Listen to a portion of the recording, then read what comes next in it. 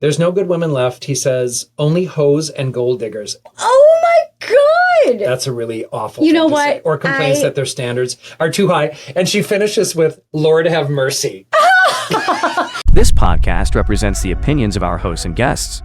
The content here should not be taken as medical advice and is for informational purposes only. This podcast also does not establish a standard of care, doctor-patient, or client relationship. No guarantee is given regarding the accuracy of any statements or opinions made on the podcast or website. And because each person is so unique, all listeners are encouraged to connect with counseling and medical professionals for assistance with their personal journey. All people, places, and scenarios mentioned in the podcast have been changed to protect the privacy of those involved. Welcome to We're Not Fine. I'm Dr. Talia Jackson. And I'm Doug Jensen. We thank you for listening every week to our deep and thought-provoking conversations about relationships. Well, welcome back. Namaste. Well, that was unexpected as a greeting, but I kind of like it. Sanskrit. I love that. Actually, I'm not really sure it was Sanskrit. Don't quote me on that. Huh, that's interesting. I feel like we always have a very loose outline to what we talk about and just go with it and have fun. But one thing we've never discussed is how to even start the podcast. And there's always this moment every single time that I'm like, I don't know what to say or what to do. So today you said namaste. Yeah. And last time I think in one of our intros recently, you were speaking German. I mean, obviously, what else would come to mind when someone says hello? Oh, okay. We have literally the funniest. Basically, we can't stop laughing, talking about our episode for today. But also, this is why... Me too. This is why we need a team. Because does anyone want to be our producer and manager? We've got ripped up pieces of paper. Yes, we're funny. Yes, we're pretty smart. But we need somebody who can really help us pull all of these together in case this sounds like if you, anybody is interested in knowing somebody, or not interested in knowing somebody, but if somebody knows somebody who knows we have somebody. An amazing team, but we need someone to lead us and be a visionary as we move into the future. Elevate us into the great beyond. Create vision. Tell us where to show up and what to do. And we just want to say we're so grateful for all the support we've had, because that's where we're at. We're looking to advance because we've gotten some great feedback. We do have a lot of opportunities ahead of us, but we need someone to help us pull it together, because we are the people that talk on this podcast, and we have full practices. Yes. As I'm tapping on the table, which I've been told not to. Not do so much thumping. I'm a thumper. He's a thumper. I'm full of energy about this. Our topic. Okay. This is our topic. All right. Do you ever wonder why you're single? The topic is really, do you have a friend that wonders why they're single, but you actually know why they're single? I feel like, Talia, that's directed specifically toward me. Every topic I bring to the table, Doug thinks that it's about him, which is like the best. It's the absolute best. I'm like, narcissistic personality disorder. He looks at me as though I secretly am trying to give him a message. Histrionic. You were like, I get it. It's me. I hear you. I hear you, Talia. I hear you want to talk about me, but you're using the podcast because you can't outside, which is not true. She's very explicitly talking to me about all these things outside. I do. But it is funny. I am single, and I have recently been increasing my social activity. I've been more open to meeting dudes. I've been more open to meeting dudes that there might be potential for more. Right. And what's fascinating about it to me is that while I feel like I am a relationship expert and I feel like I'm a dating expert, I find myself sometimes on those dates I wonder how I come off. Right. Because we don't always know if we're coming off the way we think we're coming off. Right. So if anybody has dated me and wants to give some feedback on this, yes, please do not contact us at we'renotfine.com. 555-1212. Talia wants to have dirt on her friend Doug. Don't tell Doug, but I'm the only one that looks at the emails. And so send me a message to business@we'renotfine.com. If you've dated Doug and can identify, because what we're talking about today is very exciting. We're talking about friends or people you know who you know why they're not dateable. You know why they're probably turning people off that they're on dates with. That's right. But they don't frickin' know. No. And That's they the first think time I said frickin', I think, instead of the real frickin' word. frackin'. And they might think it's the other and not them. And so we were kind of joking about our own toxic traits, which, I mean, I personally don't have any. And me neither. I don't have any.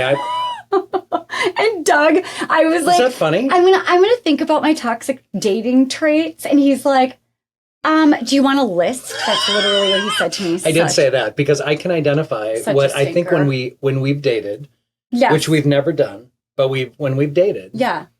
When we date, I know. I think you are so lovely and amazing. Go on. That even if there was a toxic trait, I've already gone through it. Yeah, I know what the most difficult thing for me about you. What? The most difficult thing about you is for me. I want to rephrase that because I think I did it wrong.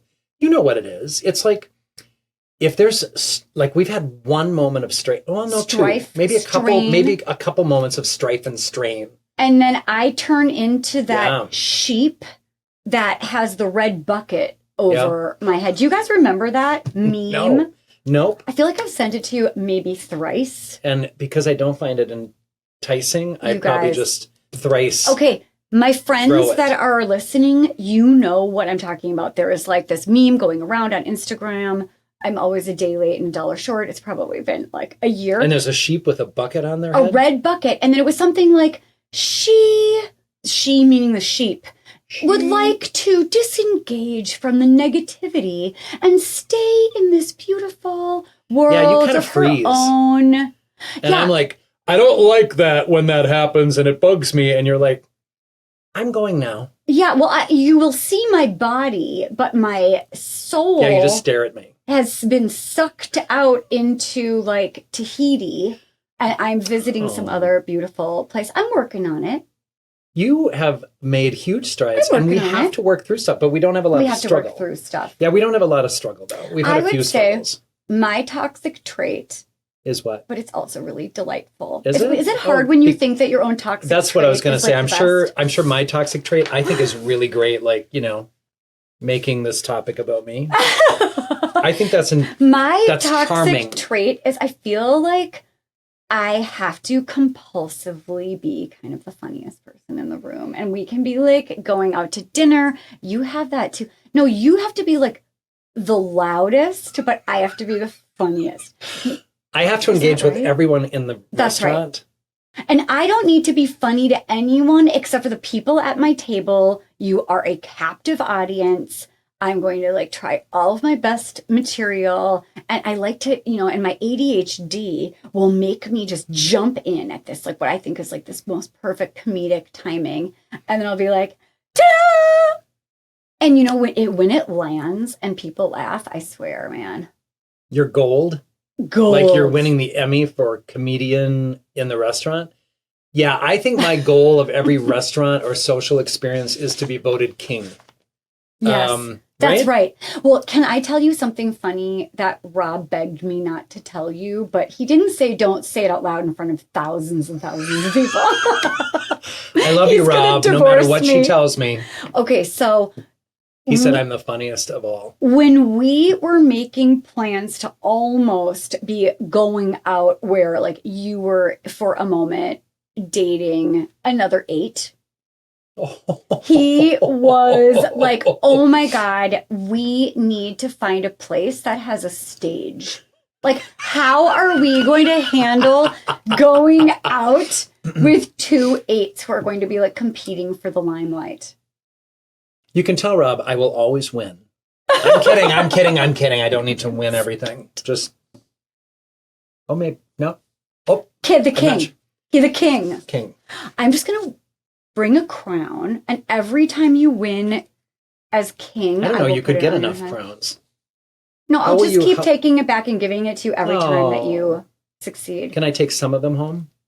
No, there's only going to be one. Oh. I know, it's really sad, but you could take pictures and put them in an album. You said that sarcastically. Sad, it's so sad. You said that with an affect. I'm ready. Here's the deal. So we're going to be talking today about, like, when you know that your friend has some weird crap going on and you're like, okay, I know why you're not getting dates. I know why you're single. Date. And I love this topic so much because we all have shit. I just want to say we all have crap that we bring to this table. It is good to be self-aware, but I sincerely find myself, if I'm on a date that I think is a date, I'm like, I wonder how I'm coming off. And I know one of my we're joking about me thinking I need to be the king of every social event. That's right. We're joking about it because it's not so true. Funny because it's ironic. Is it? No. So then I think on a date, am I coming off that way? I do know everybody I've ever gone on a date with has said, you're asking me that like a therapist might. And I'm like, well, I am one. Of course. So when I say, tell me more. Oh, barf. I can't help it. Yeah, well, like, I want to hear more. Like, tell me about your dating history. Tell me more. Weird thing that and then I say, it's your time.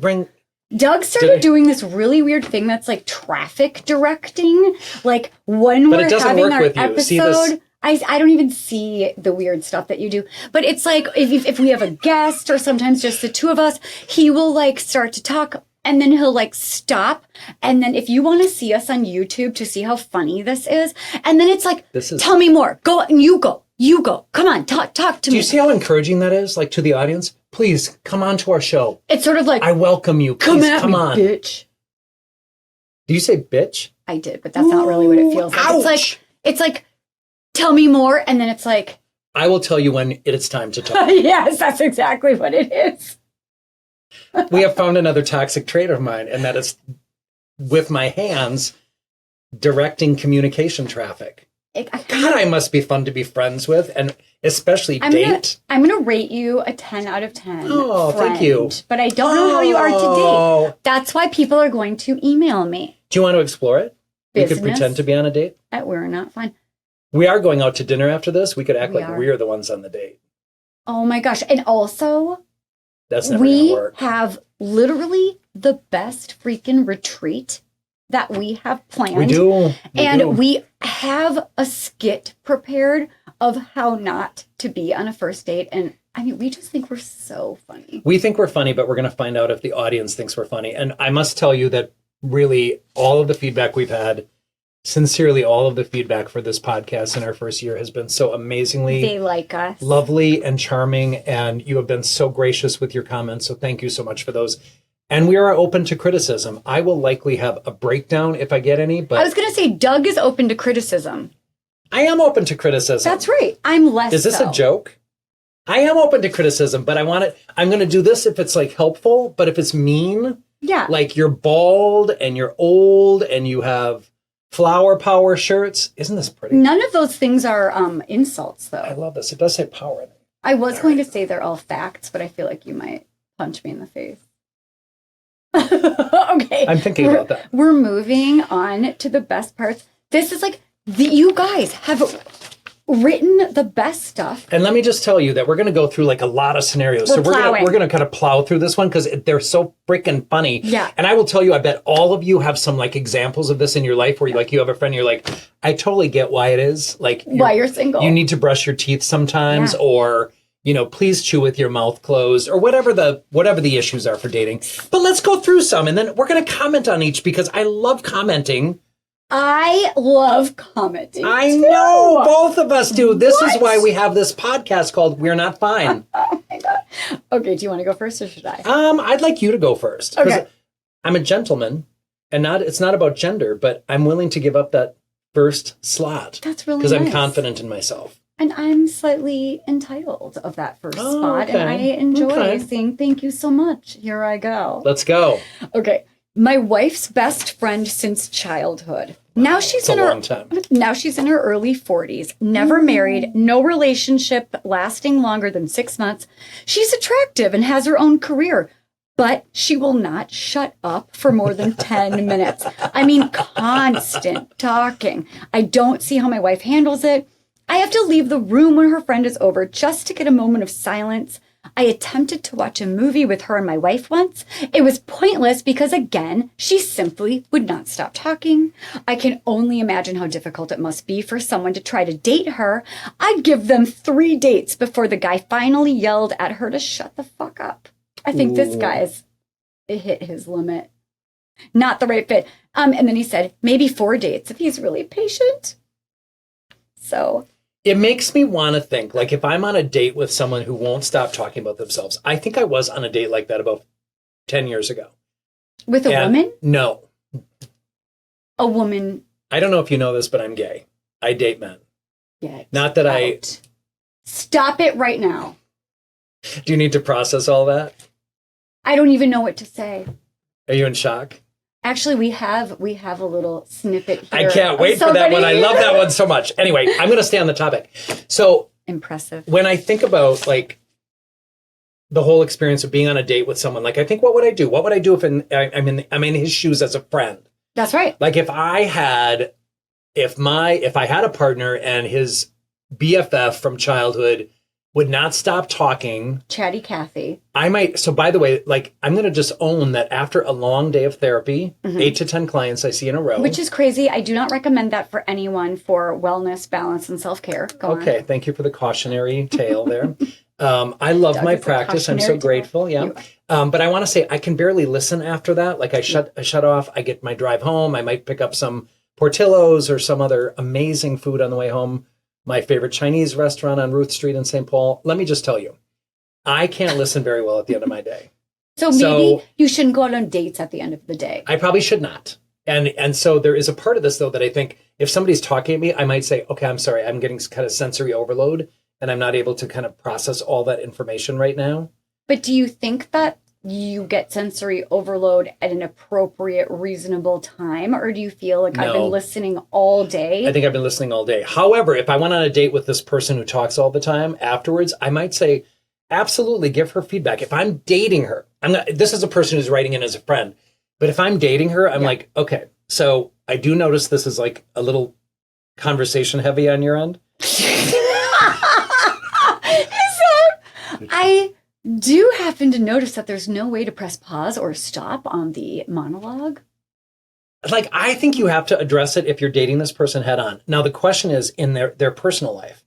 Like, does this dude give her any feedback? Like, he has to leave the room almost. I think it can become a playful kind of conversation and maybe joke. Like, if you're like, okay. Like the talking hand You two gesture? have so much kibitzing going on. Is that even a word? It's Yiddish. Is it Yiddish? Yeah. Okay. So, you have so much conversation going on. I'm a little on overload here and I'm not following well. I'm going to retreat to the spa and... where you're not, because I cannot hear you anymore. Okay. So that's one. That's an issue. Right. If you're that person that he's talking about, just notice if there's a balance. Like, maybe even just have this like sense of give and take. Yes, there's always usually more introverted, more extroverted, and the balance doesn't always have to be 50-50. But some people, when they're nervous, they take up more space, and then others, when they're nervous, take up less space. So maybe just make sure you're given the floor. I'm a very good listener on a date, by the way. I mean, we're making it sound like Doug is like yakking about himself all the time.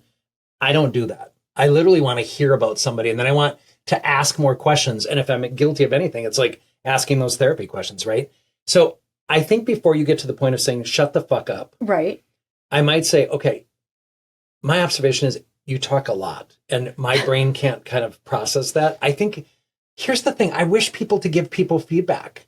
Like if she's struggling in her dating life, she needs feedback. Especially from the friend or even the friend's husband, if it's from a loving place. I agree with that. Okay. And maybe you talk to your wife first and you say, do you notice how she just does not stop talking? Yeah. And then your wife might be your spouse or your significant other. I'm not exactly sure what that was because I didn't listen. I find myself thinking, but you're a really good listener, but just not right now. Did you notice how I stopped when you talked to listen to and hear you? Come, stop. You're going to love directing traffic after a while. Oh, this is going to be your new therapy technique. I think we're getting increasingly undateable and annoying in our comfort levels with being ourselves in this podcast. I think that's really probably true. But you're so funny. Did I mention that? Oh my God, I'm so funny. And you are so interesting. Thank you. You should talk the whole time. God, thank you. Thank you for that validation. We just validate each other. So I think people should get feedback. We're going to the next one. We're going to the next one. We're a little chatty today. I know. Okay. I have a friend, this person writes, I have a friend in their 40s who is desperate to find a partner. He has become so focused on finding a partner, he has ended up putting endless pressure on himself. Ouch. It's all he thinks about. In some ways, he's like a teenage boy trying to find his first girlfriend and get to some kind of base. I added that part. As a result, he's trying far too hard and can't relax and be himself. That's painful. That's sad. He has never had a problem finding girlfriends in the past, but now he's stuck in this vicious cycle. Oh, so just like he wants it so badly, he's worried he's not going to find what he's looking for. Therefore, desperation is in the air. Well, and anxiety, and I wonder about age, and I wonder about why this guy is like feeling that pressure and he can't to find a partner. I got to tell you, the main key here is, of course, be yourself. I know. And if you can't be yourself, then no one's going to know if you're a good fit or not. That's right. So if you're always trying to perform, if you're always trying to give that person what you think they want from that date, what they want to hear, like, that's not great. You have to be really honest and transparent and authentic. I feel like he needs to be present in the moment, because if he's so preoccupied with the what ifs and trying to seal the deal, then he's not being present and even seeing how he feels in the situation. If he needs everyone to be the right fit, because he just really needs to put a ring on it. And the bottom line is, if you're not authentic, like from the get-go, eventually that comes up and people feel a little duped. Like, why am I seeing this part of you now?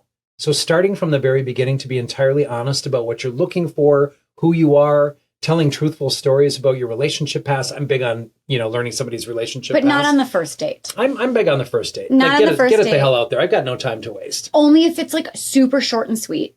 Don't talk about your exes on a first date unless it's like a one sentence elevator story. Because also, warning. Yeah.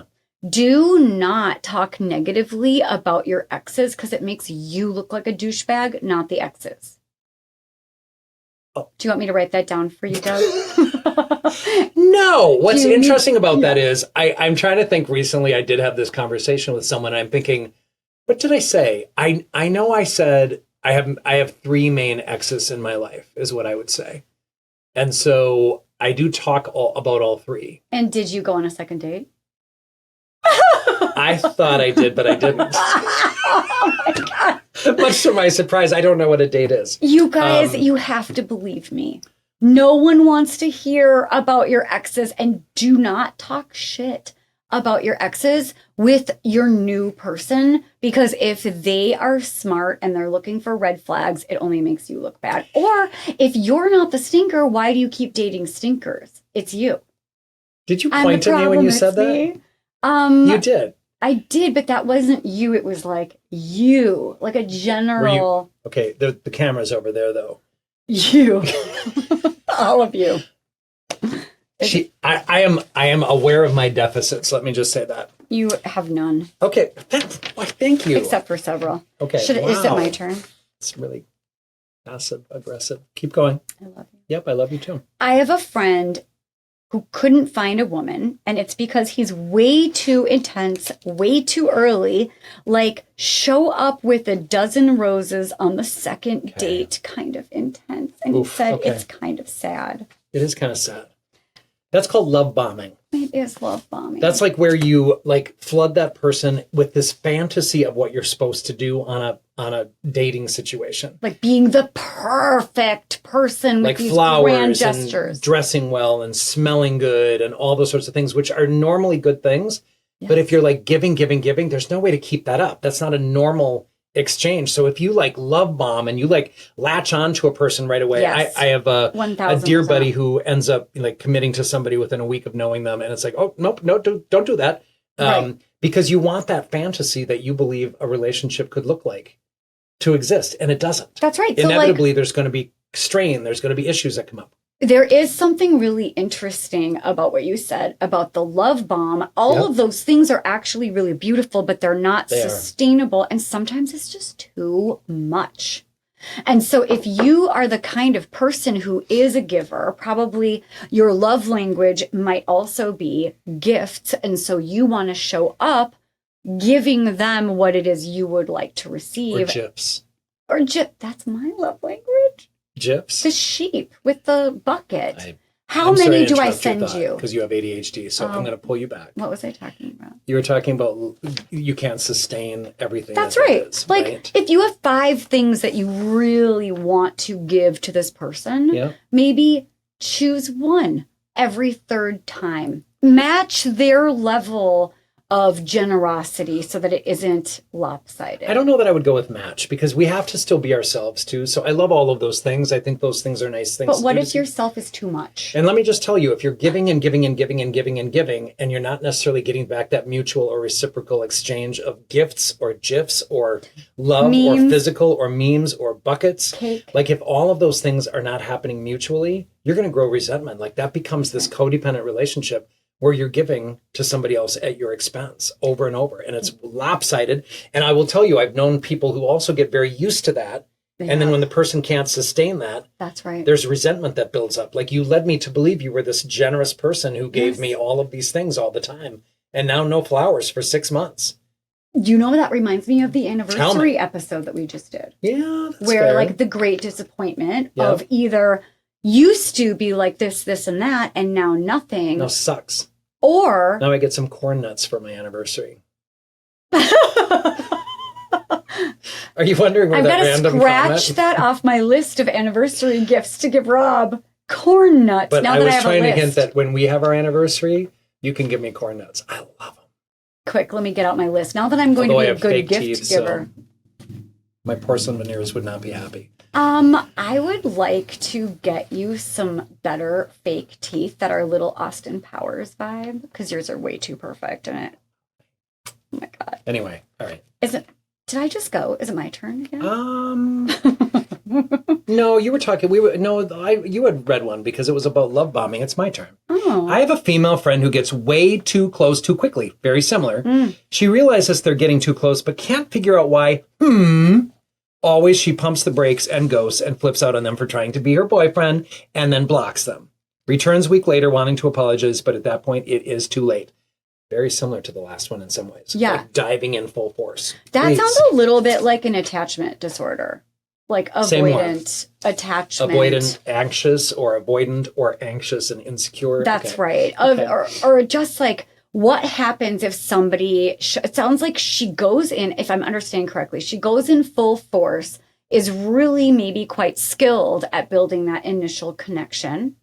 And then the second they're interested back, she freaks and either disappears or ghosts them, which is the same thing, or stops appearing, or no longer shows up. Or, Doug, are you going to stop me at any point here? I am. You were going to let me really go. Well, I was going to let you go a while so you could show our viewers how smart and our audience how ADHD works. Yeah, we're not supposed to say viewers anymore, we've been told, because... We're not supposed to do what? We're not supposed to say viewers because they're our listeners and they're our audience. And yes, some of them are watching us audience, on YouTube. You're right. Okay, I didn't even catch what you were saying. But yeah, we're supposed to say audience because not everybody watches us on the tube. And that's fine. I don't think I've ever watched a podcast. We are really extraordinarily charming and funny in person, though. And we always try to coordinate our clothing. Do you notice how my flower matches your shirt today? That's right. Okay. Wow, ADHD times 1,000. Now you're doing it too. What were we talking about?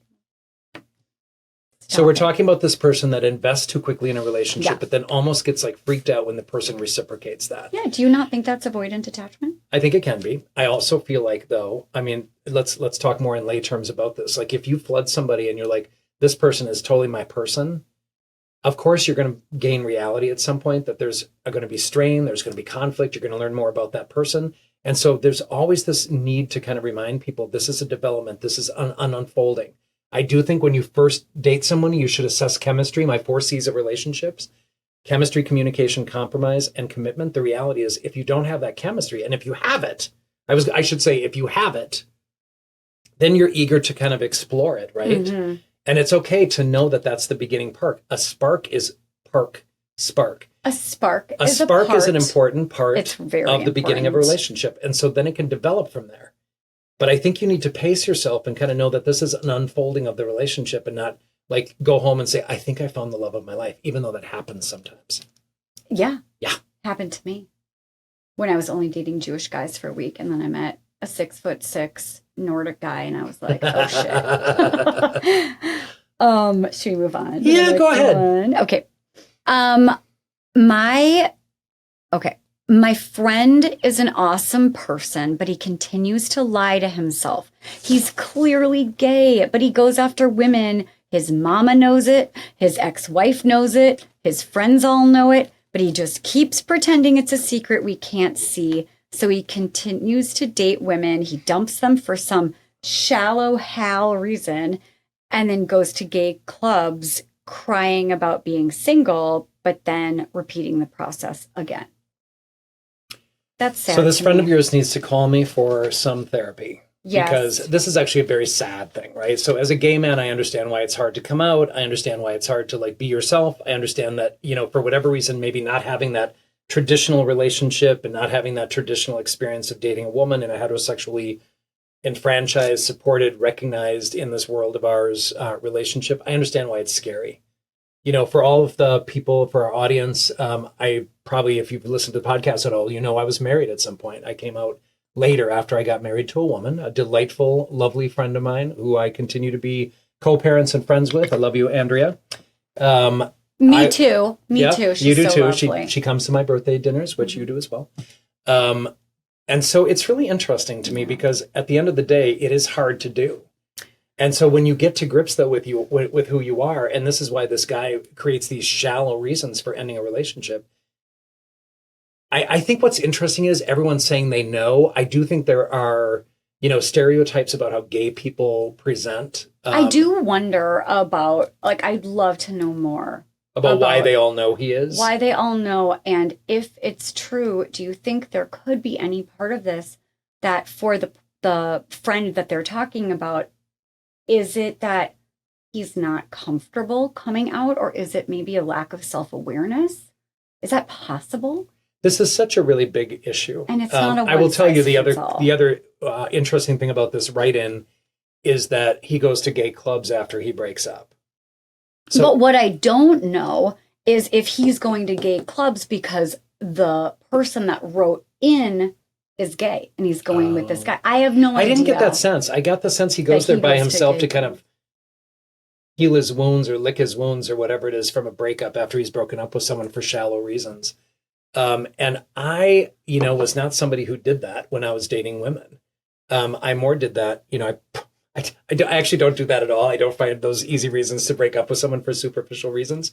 However, I think he's struggling with his identity. And I wish for someone to say, so let's talk about your sexuality. Yeah. I'm so grateful in college. There was a beautiful, beautiful friend of mine named Catherine, who, while we were in her dorm room together, she said, have you ever found yourself attracted to men? Oh, and I said, yep. And I remember saying it out loud for the first time. And I'm like, yeah. Oh my God, what do I do now? And she was so sweet and so gentle. Thank you, Catherine. I know you're not listening. There's no way. Well, maybe. Maybe. You know who you are in Drew Hall. But here's the deal. I think there's a part of this. I understand coming out is hard. And he so wants to live that American dream. I remember when I came out, it was very, I felt like, oh my God, I was the all-American boy, friendliest in my senior class, homecoming King Canada, all that stuff we talked about. Best dimples in ever. Minnesota. Well, you left it to Minnesota. It's really universe. In the entire Mr. Dimple universe. Mr. Dimple universe. What do you think? Ding! Guys? I feel like we already know that Alex is going to do something really great with that smile. Boy, if you look at our TikTok, he is brilliant at making some funny jokes about myself. So that's what I think. I think it's hard, but what's hard about this too is he's never going to succeed if he's not able to be himself. And so I would wish for somebody to encourage him to be in therapy, to encourage him to figure out his identity. Maybe he is bisexual, but in that case, he still has to deal with what that means and be authentic about that. 100%. Which, I think that's a lovely, lovely process and exploration. But so yes, feel free to give him my number. Because I would really love to work with someone who's struggling with this issue. And not that coming out is the only option here, but he has to figure out why these patterns continue because he's hurting people and he's hurting himself every time this happens. Well, and even just coming out to yourself of just understanding who you are. And nowadays it's there you don't have to have a title. It is so fluid. Just know who you are and what you're into. It's not a lifelong commitment if that's not what you want it to be. You can just be who you are. Call it whatever you want to call it. So there's two things that are cautionary in this, though, for me. One is everyone is talking about, like, we all know he's gay, but he doesn't. And it makes me wonder, has anybody directly said to him, do you wonder sometimes if you're attracted to men? Right. Do you think that might be one of the issues as to why you're dating women is not successful? I mean, it's really okay to be upfront with someone about that. But then there's this whole second piece, and I will tell you one of the things I do not love, because there have been some assumptions about me as well. Like, you must have known you were gay. Well, the answer is no, I did not. I did not know because there were no gay role models at that time. There was nothing talked about. Gay was like seen only as a negative thing when I was growing up in rural Minnesota, in a very, very, probably our most conservative county. Oh my gosh. And so I think there's a part of this that you just don't. Like, you don't even think it's a reality. And I remember being attracted to some of my friends in high school, my male friends, and being like, I assume everyone feels this way. I feel like a lot of people that I talk to, because I also have quite a few people, in my caseload, always have that, all spectrums of the, sexuality and gender. Yeah.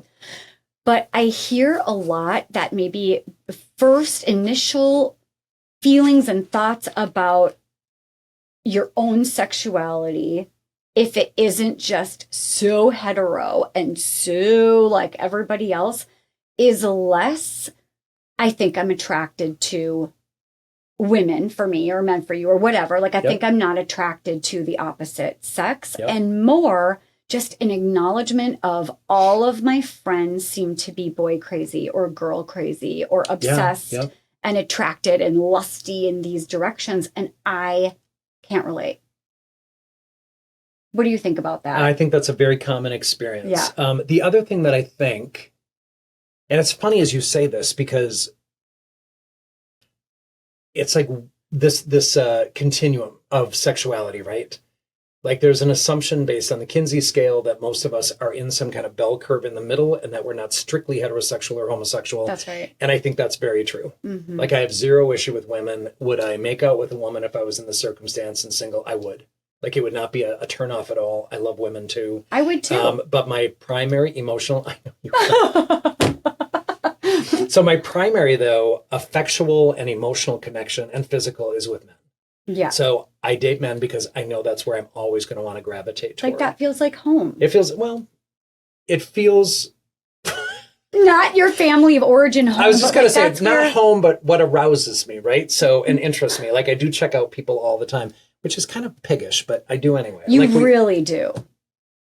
Is this another toxic trait? Like, when I'm on a date, I'm like, well, I was agreeing that you're checking people out all the time. I am. But I wasn't agreeing that it's piggish. Like, thank you. I just feel I am like respectful. I don't. But this is also what I think. If you are somebody who's hunting, you're always hunting. I am always hunting. You're literally always hunting. And then if I like somebody, what do? You make that really beautiful. You're not going to get me this time. I'm not going to laugh uproariously. You guys, did you see that episode? Did you hear that episode? I did try. Did you hear Doug making that really weird clown face and then me? I couldn't stop laughing. It was good. Funny. Yeah. So I have a lot of empathy for this dude, Me too. and yet he has to be honest with himself if indeed he is gay. And I would strongly encourage you to just directly say, yes, we're kind of aware that we think you might be interested in men. And not even that we. Just like hey, buddy, we as a big group me. have like all decided to do an intervention on you. Yeah, don't do that. Don't do it. Because sexuality is hard. And for whatever reason, whatever belief system he has about this, obviously religion can oftentimes make this into a very hateful thing. Yeah. We have some ridiculously ignorant laws going on in the United States right now against the LGBTQ community and women and gender issues and health issues. So we have a really difficult time to come out and feel safe, especially if you're in a region of the country that is more conservative than not. That's right. And I say, come to Minnesota and feel free. Yes, we will be your or all of the other lovely place. places. Yep. I don't want to list them all, but I can. You can? Almost. Do it. So we in the LGBTQ community really know who our enemies are. And we get little notices like, do not eat that food anymore. Do not go to that restaurant anymore. Do not buy your crafts. You did say it out loud. Do not go to, the places that are bigots and that give money to anti-LGBTQ organizations. HRC is always well known, Human Rights Campaign Fund. If you want to know what those organizations are, just as an offshoot, by all means contact them. They will give you that list. So I have empathy, and I also feel like somebody has to be honest with this guy and say, do you notice this pattern? We think this is about this. Right. Yeah. Everyone's going to be happier with authenticity and freedom. And by the way, to this dude, there is nothing unhealthy about who you are. It is normal. And as Lady Gaga beautifully put it, you were born this way. Baby. And don't waste another minute of your time not being you. What a waste. What a waste is right. Like, you don't have that kind of time. Gosh, that goes across the board on all levels, gender, sexuality, etc. Next. So this is not about a friend, but rather a cousin. Oh, that's right. She has a cousin. She really has no choice to have interactions with him. He's out of shape. Oof. Has a dead-end job. Ouch. Not a fun person to be around. Is uneducated. That might be the worst. The not fun to be around. Well, but then uneducated, doesn't drive, spends all of his free time playing video games and smoking any extra money he has away. Wow, this just keeps getting better and better. Well, there's a little judgment here that I'm not loving entirely. I don't know how to describe it, but he just seems to have the mentality that the world owes him everything. He's the only cousin I have around my age and therefore pesters me at every family get-together. What makes me laugh every time is he thinks women are the problem. Oof. Okay. They can at times be, but definitely not here. Yeah. Like, that was an interesting comment. There's no good women left. He says, only hoes and gold diggers. Oh my God. That's a really awful You thing know to what? say. Or complains that their standards are too high. And she finishes with, Lord have mercy. Okay, yes, she might be a little judgy, but I will tell you, Doug, now the I feel judgment makes just sense. as judgy. Yeah, okay. Hoes and gold diggers, because he's got so much to offer. Yeah. I don't even know what do I even say about this guy. Yeah. You know what? That was guy, sarcastic. You do not think he has a lot to offer. Thank you for clarifying, because I'm sure that sounded really sincere. And most people were like, wow, I'm very confused. I'm very confused that Talia thinks he has a lot to offer, and yet he's putting down women as gold diggers and hoes. I'm introducing Do you think he means garden hose? Yes. Okay. I'm introducing you to the concept of sarcasm. Okay. Yeah. You get to say all of that, because what a horrible comment that is to call women hoes and gold diggers. Like, and this is where I really do believe in honesty is the best policy. If I had somebody like that in my life, I'd say, okay, let's take a look at this realistically. Like, what are you offering the scenario? Yes. And that's the best question to ask if somebody's like, everyone sucks, I deserve better, to ask them, like, what are you bringing to the table? What are you bringing to the table? And, if you believe that, and I would say to this person, if they were a client of mine, I would say, so if you believe women are those things, you're probably going to have this kind of self-fulfilling prophecy going into these things and bias and edge. And they're going to know that you don't regard them as your equal. You don't regard them as a person worth looking at, because you have this assumption going into it. Also, like, what a horrible generalization that is, and entirely untrue. What don't you buy? I mean, I feel like, yes, I buy what you're selling. But I feel like when somebody presents like this guy, and then they talk about the women being like, the reason why the women don't like him are these really obviously wrong reasons. I think that's just like completely masking your own insecurity. Of course it is. It's pushing it. It's projecting onto somebody. It's deflecting. It's all that stuff. 100%. Can I also say, the other thing is he talks about gold diggers. I'm not sensing he has a great deal of cash. I know that was my initial irony, that he just like has so much to offer that everyone's digging his gold. And I do not want to be body shaming. So someone who doesn't work out, I have friends who don't work out. And, but it's about the way that you present yourself. Like, you don't have to be somebody who, like, I can think of just a handful of clients that I have that are in the dating world that they're super turned off by this, like, especially in Minnesota. There is this vibe, especially in like the summertime, which is 2 weeks a year, that it's all about like, I love to go on hikes and I'm kayaking and I'm CrossFit and I'm training and like, come mountain climbing with me, come do this stuff with me. And I have clients that are like, what if I just literally, I'm an inside kid. Like, I just want to hang out, watch a show, eat some good takeout. Like, I'm not interested in that kind of lifestyle. But here's the thing. Then it gets into, and this is an offshoot of this conversation because we're no longer talking about undateability. I would say, like, if I started dating someone who was not interested in living an active lifestyle, It's a lifestyle it would be a deal breaker for me. That's right. But also for this person who's not interested, it's kind of a deal breaker for them that there's somebody who is really outdoorsy and active.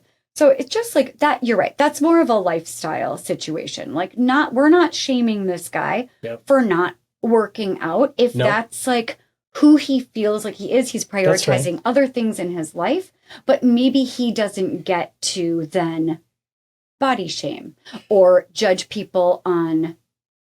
And, that's the part that's difficult to confront. So if I were in your shoes as his cousin, I might say, do you notice how you put other people down when things don't work out? Or, maybe you should focus on making sure you are presenting the best person you want to be and whatever that is for somebody. Right. Like sometimes it's you.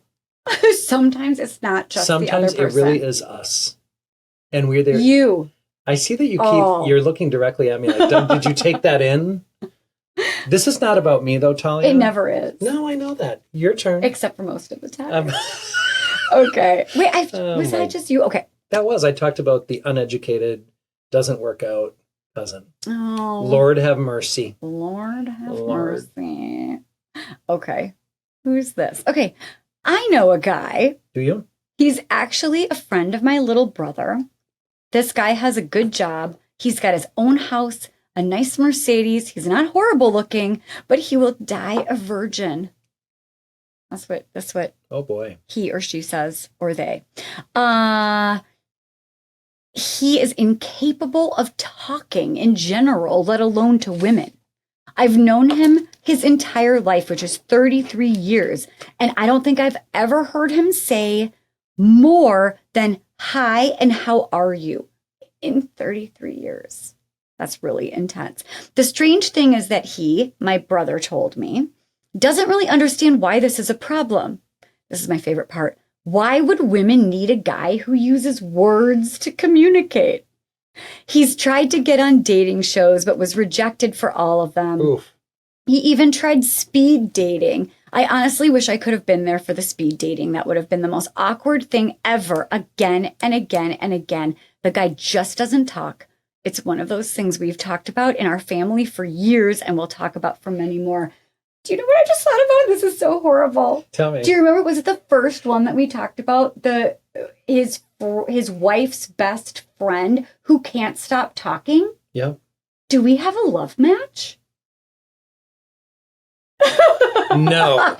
Because here's the problem with not talking. So first of all, it's an interesting thing. And I wonder what this person has learned about relationships from their parents or their caregivers or whoever was an adult in their life. Did they watch somebody not talk? Right. And somehow that relationship stayed together? I'm not going to say worked because I got to be honest. Good point. Again, the second of my 4 C's is communication.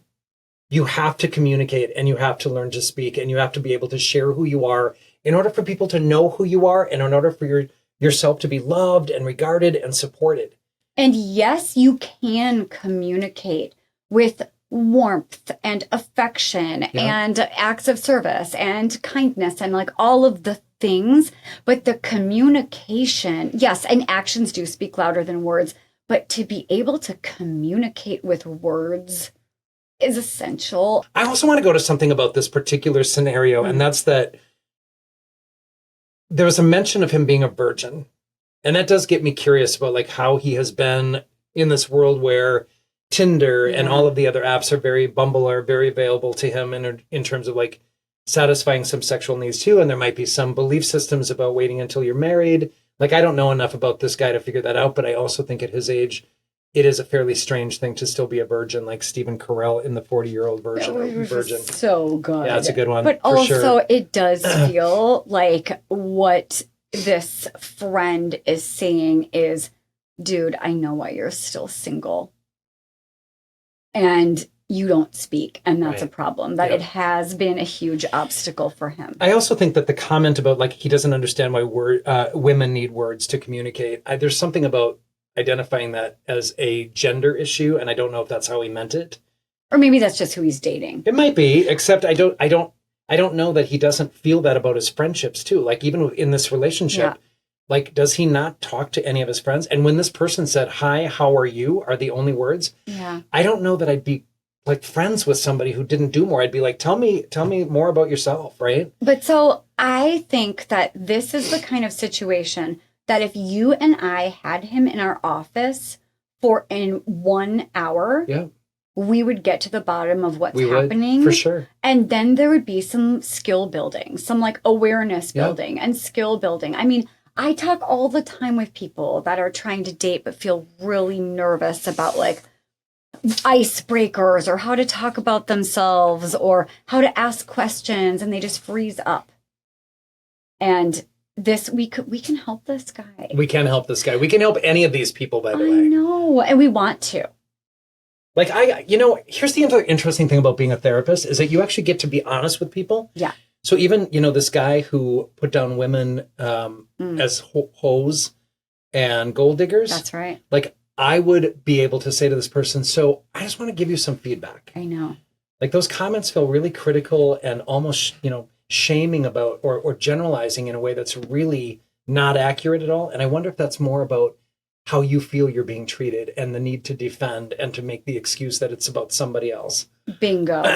Like the and projecting. I do think nuance is really, really important, and grace as you tell people about their stuff. But that's what people pay us to do. We are not paid to like say, that must be hard. Maybe you're right.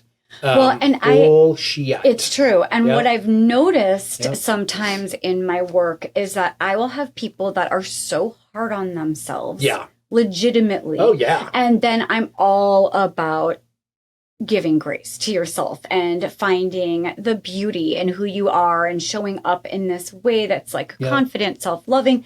But then I'll have the people that will come in who that they're like aching for you to tell them it's not you, it's them. Yep. And That's right. oftentimes it's those people who don't have a lot of self-awareness. Everyone else is treating them badly. It's them, it's not me. And they're really wanting you to be like, you're such a wonderful person and you deserve better and you're right. All these people are horrible. And that's a really challenging dynamic because sometimes we do need to say, I think agree. it's time to kind of look at your own stuff too. And that can be painful, but also important because all of this is about self-awareness. These are blind spots. These are blind spots, and we really don't know our blind spots until somebody points them out to us sometimes. And so that's why, it's really important to be honest and upfront with people. I kind of feel like people who live their whole lives not getting any of that feedback, no matter how difficult it is for people around them to give it, I just think that's a waste of time. But this last example, this is what it reminds me of. This last example of like the person that I was mentioning that is like, it's a combination of like a million different people. But the person who's like, it's not me, it's them. The people that are showing up needing it to be others, they don't accept the feedback because it can't possibly be them. Because then what does that mean about them? And so if they're showing up and you can obviously see what they're doing, what their part is in the dynamic, they might then find the person who's giving them feedback to be the mean person. You know what I mean? I do. That like, you're offensive, you're hurting my feelings, you're not my real friend, you're not on my side. The thing that gets tricky about that is sometimes that's true. Like it's okay to expect somebody to have your back. It's okay to have somebody who lets you know what is going on for them and communicates directly and openly and honestly. And so there's a balance. There's a balance here. And there's also this trickiness. Like you don't want to be with someone who doesn't make you feel loved and regarded and attended to. But so if you're the friend that's right. that has some feedback to give someone that you care about, make sure it's coming from a place of love. Right. And make sure they know that you love so many things about them. That's right. And that this might be a reason why they're struggling in relationships. I agree. This is somewhat similar. This last one, we're on our last one to explore. And it's somewhat serious. I mean, somewhat similar, not serious, but serious and similar. My best friend is a male, and it's 100% his lack of depth in conversations with women. I've set up his dating accounts and even set him up on dates. It's not that women don't find him attractive, but they stop talking to him once they realize he isn't engaging in anything, and I've tried to tell him this. Good job on trying to tell him this. For example, my friend's cat just had kittens. My male friend likes this other friend and was looking for a cat because his died. I said, why don't you text her and ask about the cats? He legit cold messaged her, So do you like cats? And not surprisingly, she never replied. She does the emoji of like, there's no hope for him. Another time with a different girl. We were all getting drinks before a movie. And instead of talking to her when she wanted to see what he was up to, and she was interested, he pulled out his phone to talk about all the money he was losing on sports betting and began betting right there. That's a Lord have mercy. It was like a car accident I couldn't look away from. Yeah. Last time we all went up to a cabin and this girl was offering him shots and kept touching his shoulder and asking him where he was sleeping for the night. He didn't get the hint. Got so drunk he cried to her. I'm sorry. This guy. Got so drunk he cried to her and I for an hour about his awful ex and then went to go play darts in the corner. The chick was annoyed and went to bed. I tried telling him the next morning and he was like, oh, fuck. Rip buddy one day. Rip buddy one day. I don't know what that means. Oh, R.I.P. buddy one day. Ooh, that's harsh. Okay. What does that even mean? It means like he's going to die this way. R.I.P. Rest in peace. Oh, well, I know what that means. Also, you said this emoji, and I was like, oh, yeah, the hand hitting the head. Yeah. But that in the youth call it facepalm is what I meant to say. That's like a thing, and I did not. Does it mean the same thing? Yeah, I think so. Facepalm. This is what I worry about with this guy, because this doesn't just sound like a on a date kind of a problem. I feel like he is a very out of touch with other people's cues. He does not know how to read a room. He does not know how to sense if something is interesting to someone or not. I mean, this is like a real bummer. Well, here's the deal. Like, I take a look at this diagnostically, right?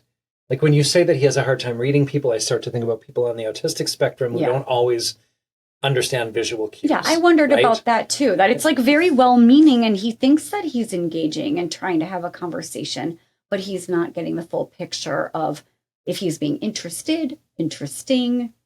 You know, and we generally, I think, go to this quick place of like judging these people and saying, what a dick.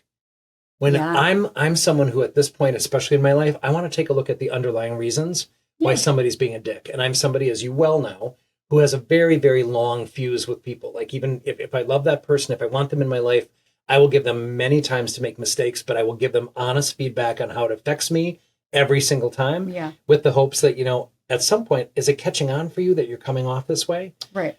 But I think a lot of people do not have. You're one of those people. Your fuse is much shorter than mine. You're like, if you get treated like a dick a few times, you're going to be like, okay, this isn't working for me. This isn't fun for me anymore. And I don't really feel like giving you feedback because I think you're a dick. Well, and here's the problem for me. Like, I probably give people that long leash, right? Like that long leash to just make, you know, not treat me the best for a while. And I'll be like, I know what's underlying that. I know why they've got that trauma or they've got that history. And so I give people that rationale. That is but I can't, I know. Well, and yet in your office, it would be. So if this guy came into your office, you'd be like, let's talk about why it is that you're not taking those cues. But they're not being a dick to us in our office. Unless you said, so let's talk about your last date. And he pulled out his phone and said, I'm on betting duty, which, by the way, we'd get paid for while he was doing that. And we would observe in the session, right? Like, to me, I would not at all think that was personal. I'd be like, oh. But it might be in your case. Probably. Like, where's that list of my toxic traits? That's it. I'm going to look them up. Based on your therapeutic approach. That's right. Someone might be like, I'm going to just check my grinder. What does that say about you? You were literally every 2 seconds. Where's my phone? You've got a grinder ADHD, and I just have a life I do ADHD. not. I do not have a grinder ADHD. HD. I feel a little sad for this guy. I do too. I wonder if with some loving feedback, he can see why the way that he is in these relationships isn't landing well. Yep. But also, yes, like Doug said, I'd kind of want to figure out more about why he's being a dick. I'll also tell you, I mean, this person who wrote in on his behalf, by the way, what an amazing person you are for this person. You've let him know a couple times, like, what is it that doesn't work? Yeah. You're giving him the feedback. Like that night when, you know, she was giving you hints and he was like crying on her shoulder, like, dude, she wanted to go to bed with you, right? We all need that friend. We need that friend who's like really kind to us and keeps giving us. You're one of those friends to me. And that, you know, I adore you, and your fuse with me is miles long. But you're never mean to me. I'm not. You're I right. just it's like our blind spots are blind spots. And Yeah. you do have to make sure that if someone's giving you feedback, they love you Yeah. and it's coming from a place of love. And I think I that makes agree with all the difference. Yeah, I'm with you. Okay, I loved this episode so much. I think it's amazing. I could go on and on and on. Like there were so many opportunities here to even look at other options by what, like hygiene, brush your teeth, how you eat, whatever it is. We have all kinds of ways, but we're going to talk about dating in a lot more episodes. That's what we know. Literally, probably forever. I hope forever. Until we're very I long love in the it. tooth. If you liked today's episode, oh wow, look at those teeth. Please like, subscribe on your favorite podcast platform, and even better, rate and review. That's our favorite. And I'll tell you something. We are always looking for submissions. We are so interested wherever you are in the world. If you would go to we'renotfine.com and submit any questions, comments, anything going on in your life. Like this is one of the greatest things about our podcast that we love is that people get to be anonymous and they get to ask very personal questions and they get to pose issues to us that are challenges for them in their life with their relationships. And we will respond to those. So we welcome any of those submissions. And Please we want to continue. start, you know what I want to start doing is Tell putting me. polls out on our socials. Okay. Yes, I we're don't going to know put what out that means or how to do that. So thank polls you, Allie. and questions. And if you are following us on our socials, fabulous. And if not, it's on Instagram, Douglas L. Jensen with an E-N and Dr. like doctor, Dr. Talia Jackson. And We're Not Fine Pod. We are on YouTube at We're Not Fine. And we are on TikTok and We're Not Fine Pod. And I must say, I love our editor's TikToks that he's put on there with the support of our amazing social media person, Allie. We have the best team. And remember, everybody, we're not fine. But at least you're not dating Doug. I blew it.